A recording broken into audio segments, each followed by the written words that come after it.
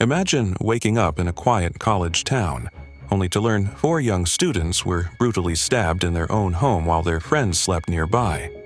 No screams were heard, no signs of forced entry, and for weeks, absolutely no suspect.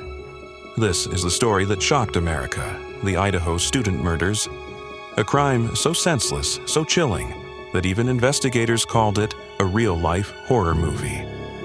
Welcome to the Decode. Today, we unravel the truth behind the Bryan Kohberger case and how one man's obsession turned into one of the darkest tragedies in recent American history. It was November 12th, 2022, a Saturday night in Moscow, Idaho. A peaceful college town of just 25,000 people, home to the University of Idaho, where students partied, studied, and dreamed about their futures.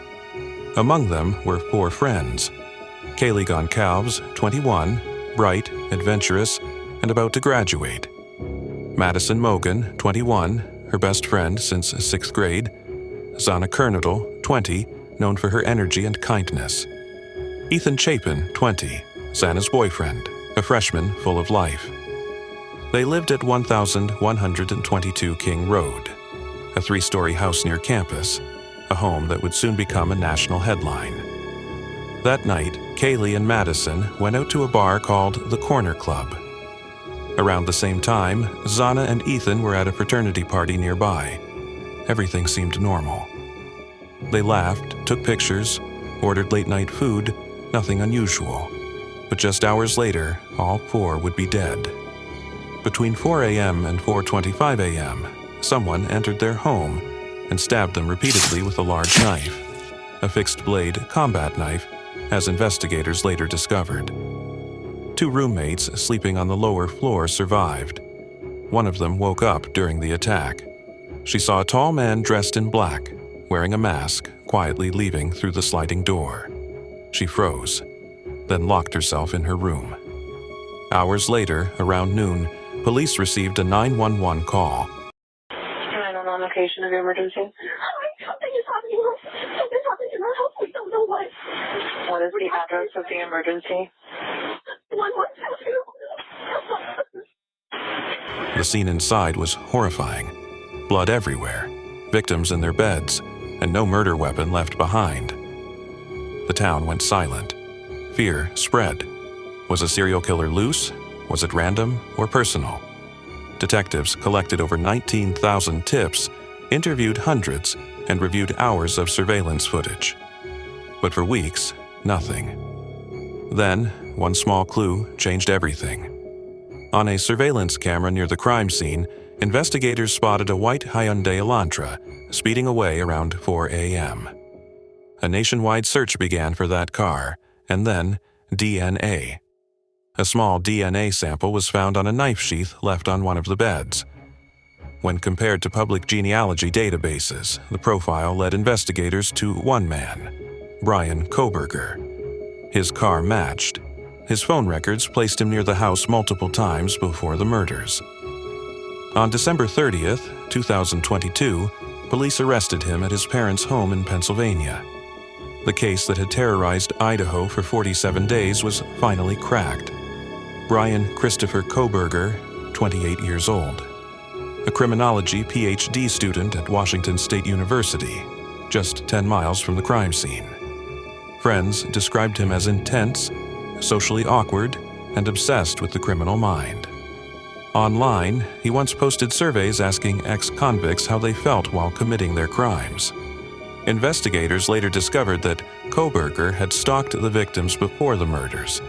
His phone pinged near their house 12 times before the killings. He even returned to the crime scene the morning after, driving past the house multiple times. To many, it seemed like he wanted to study his own crime, to experience what he'd spent years analyzing. In court, Kohberger appeared calm, emotionless. He initially pleaded not guilty, but as evidence piled up, the DNA, the car, the phone, his defense crumbled. In June 2025, he changed his plea to guilty, avoiding the death penalty. In July 2025, the judge sentenced him to 4 consecutive life sentences without parole, plus 10 years for burglary.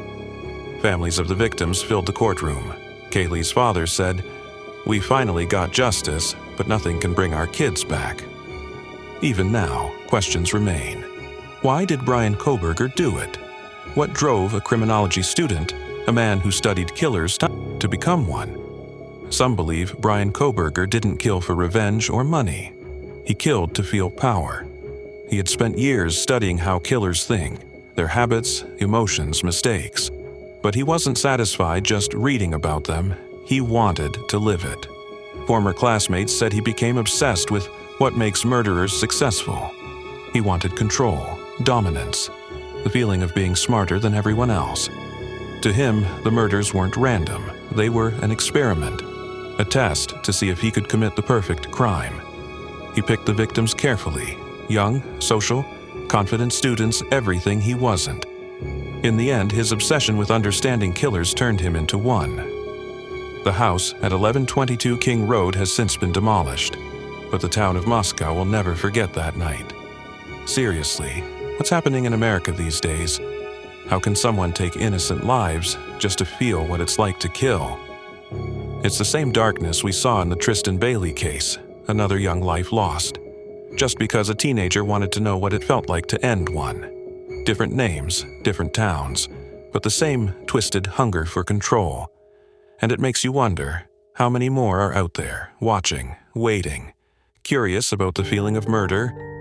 If you haven't seen it yet, we covered the full story of Tristan Bailey's murder, a shocking case of teenage obsession and brutality. That video is already available here on the Decode. Watch it after this, because understanding one monster helps you recognize the next. This was the Decode.